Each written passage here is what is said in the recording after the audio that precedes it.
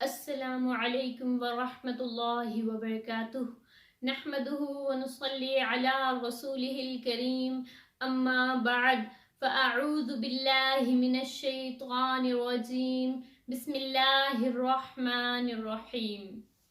Welcome to my channel Quran and Tajweed with me. उम्मीद करती हूँ आप सब लोग खैरियत से होंगे। अल्लाह ताला से दुआ है कि अल्लाह ताला तमाम मुसलमानों पर अपनी नजर करम बनाए रखे। तो जैसे कि आप सब लोगों को मालूम है कि हम कुरान पाक को तजवीद के साथ पढ़ रहे हैं और उसके लिए हम अपने 12 लेसन कंप्लीट कर चुके हैं। पहले 12 लेसन में हमने हरूफ तहजी पढ़े, हमने मुरक्कब हरूफ पढ़े, मुरक्कब हरूफ के 8 पार्ट पढ़ाए मैंने छोटी छोटी वीडियोस बना के, ताकि आप लोगों को सही से समझ आ सके। तो कल मुरक्कब हरूफ हमने ख़त्म किए हैं। आज हम जो है लेसन नंबर 13 में हरकात पढ़ेंगे। हम स्टेप बाय स्टेप कुरान पाक को पढ़ रहे हैं। तो अगर आप लोग मेरे चैनल पर नए हैं और आप लोगों को अभी तक जो है आप लोगों ने मेरी पिछली वीडियोस नहीं देखी, तो प्लीज़ पिछली वीडियोस जाके देखें, ताकि आप लोगों को स्टेप बाय स्टेप कुरान पाक को तजवीद के साथ पढ़ने के लिए वीडियोस जो हैं वो समझ आ सकें। जो लोग मेरे चैनल पर नए हैं और उन्होंने अभी तक सब्सक्राइब नहीं किया, तो चैनल को प्लीज़ सब्सक्राइब करें और साथ में बेल नोटिफिकेशन को ऑन करें, ताकि इस तरह की मज़ीद वीडियोस का नोटिफिकेशन आप लोगों को बर वक्त मिलता रहे, और वीडियो को लाइक भी कर दिया करें। तो आज हम जो है पड़ी हरकात पढ़ेंगे। आज पड़ी हरकात के साथ हम मुफरद हरूफ भी पढ़ेंगे।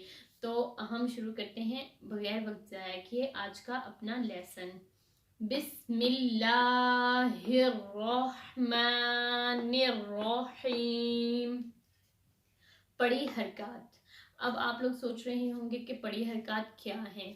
पड़ी हरकात ज़बर ज़ेर पेश को पड़ी हरकात कहते हैं। ये तो मैंने लिखा हुआ है, लेकिन अब आप लोग सोच रहे होंगे कि अब ज़बर कौन सी है, ज़ेर कौन सी है और पेश कौन सी है। ज़बर जो हरफ के ऊपर होती है उसको ज़बर कहते हैं। जिस तरह ये रा के ऊपर इस तरह की हरकत है, इसको हम ज़बर कहते हैं। ज़ेर जो हरफ के नीचे पड़ी होती है, इसको हम ज़ेर कहते हैं। ठीक है। और पेश जो होती है वो भी हरफ के ऊपर होती है, लेकिन इस शक्ल की होती है, वाव की तरह की, तो इसको हम पेश कहते हैं। अब पड़ी हरकात वाले हरूफ को पढ़ते वक्त किन बातों का ख्याल रखना चाहिए।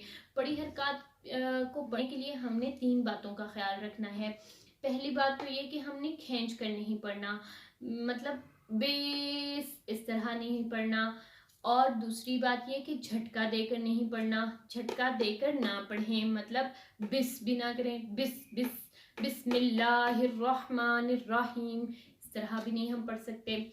और मजहूल ना पढ़ें, मतलब कुछ लोग या तो बहुत ज़्यादा हरूफ को खींच कर पढ़ते हैं या फिर झटका देकर पढ़ते हैं, तो ये मजहूल हो जाते हैं। तो इनमें भी एक रा की जो है वो एक एक्सेप्शन है, मतलब रा के ऊपर अगर ज़बर, रा के ऊपर अगर ज़बर या पेश हो तो रा को पुर पढ़ते हैं। जैसे हम यहाँ पे रा को मोटा पढ़ रहे हैं, तो रा के ऊपर जब ज़बर या पेश हो तो रा को मोटा पढ़ते हैं, और रा के नीचे ज़ेर हो तो रा को बारीक पढ़ते हैं, रा। ठीक है। और जब मोटा पढ़ना है तो रा रा। ठीक है। इस तरह हम रा को पढ़ते हैं। तो आज हम तख्ती नंबर 3 ज़बर के मुफरद हरूफ पढ़ेंगे। मुफरद का मतलब है अकेले अकेले। पहले हम मुरक्कब हरूफ पढ़ चुके हैं, अब हम मुफरद हरूफ हरकात के साथ पढ़ेंगे। आज का पहला हरफ है बा ज़बर बा, ता ज़बर ता, सा ज़बर सा, सा को नरमी से, सा ज़बर सा, जीम ज़बर जा। अब आप सोच रहे होंगे कि मैं जीम को खींच कर पढ़ रही हूँ, जबकि मैंने यहाँ पे कहा कि खींच कर नहीं पढ़ना।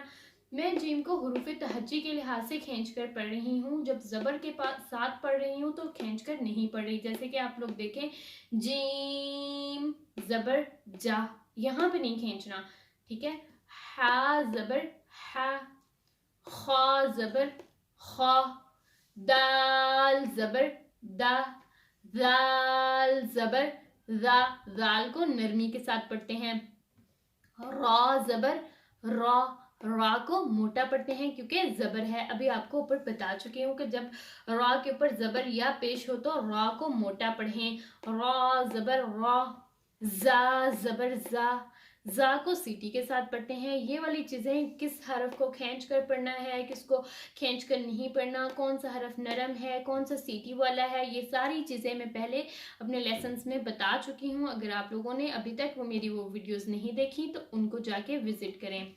सीन ज़बर सा, सीन ज़बर सा, शीन ज़बर शा, स्वाद ज़बर स्वा, ज़ाद ज़बर ज़ा, त्वा ज़बर त्वा, ज़ा ज़बर ज़ा, ज़ा को नरमी से।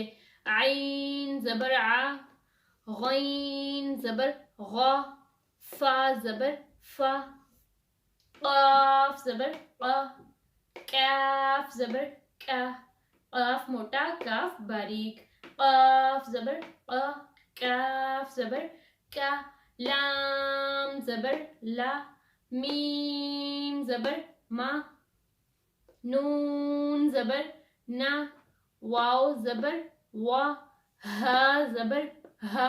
अब आप यहाँ पे हमजा और अलिफ को एक साथ देख रहे हैं और दोनों के ऊपर मैंने ज़बर लगाई है। मैंने आपको लेसन नंबर 1 में बताया था कि अलिफ की अपनी कोई पहचान नहीं है, अपनी कोई आवाज़ नहीं है। कुरान पाक में जब अलिफ की आवाज़ जो है वो तब आती है जब इसके ऊपर हम कोई ना कोई हरकत लगाते हैं। और तब मैंने आपको कहा था कि जब हरकत लगा के पढ़ेंगे तब अलिफ जो है वो हमजा की आवाज़ देगी। तो अब हम इसीलिए हमने हमजा को अलिफ के साथ लिखा हुआ है। हमजा ज़बर आ, हमजा ज़बर आ, अलिफ को भी यहाँ पे हमजा ही पढ़ना है। हमजा ज़बर आ, हमजा ज़बर आ, या ज़बर या ज़बर या। तो आज हमने पढ़ लिए बड़ी हरकत और तख्ती नंबर 3 के ज़बर के मुफरद हरूफ। इंशाल्लाह कल की वीडियो में हम ज़बर के मुरक्कब हरूफ पढ़ेंगे। मुरक्कब का आप लोगों को पता है कि इन हरूफ को मिलाकर हम ज़बर के साथ पढ़ेंगे। तो अगर आप लोगों ने अभी तक मेरे वीडियो को लाइक नहीं किया तो लाइक कर दें और ज़्यादा से ज़्यादा शेयर भी करें ताकि आप लोगों के लिए ये सदक़ा जारिया बन जाए और तमाम लोग जो हैं वो कुरान पाक को सही अंदाज से पढ़ सकें। क्योंकि कुरान पाक को अगर हम ज़बर या ज़ेर या पेश को इधर उधर करके पढ़ते हैं तो हरफ के जो मानी हैं वो बहुत बदल जाते हैं। तो इसलिए हमने कोशिश करनी है कि हम कुरान पाक को सही अंदाज से पढ़ सकें। तो चले इंशाल्लाह हाजिर होंगी एक नए वीडियो में नए लेसन के साथ, मुरक्कब हरूफ के साथ, ज़बर के मुरक्कब हरूफ के साथ। तब तक के लिए इजाज़त दीजिए। अपना बहुत सारा ख्याल रखिए। अल्लाह हाफिज़।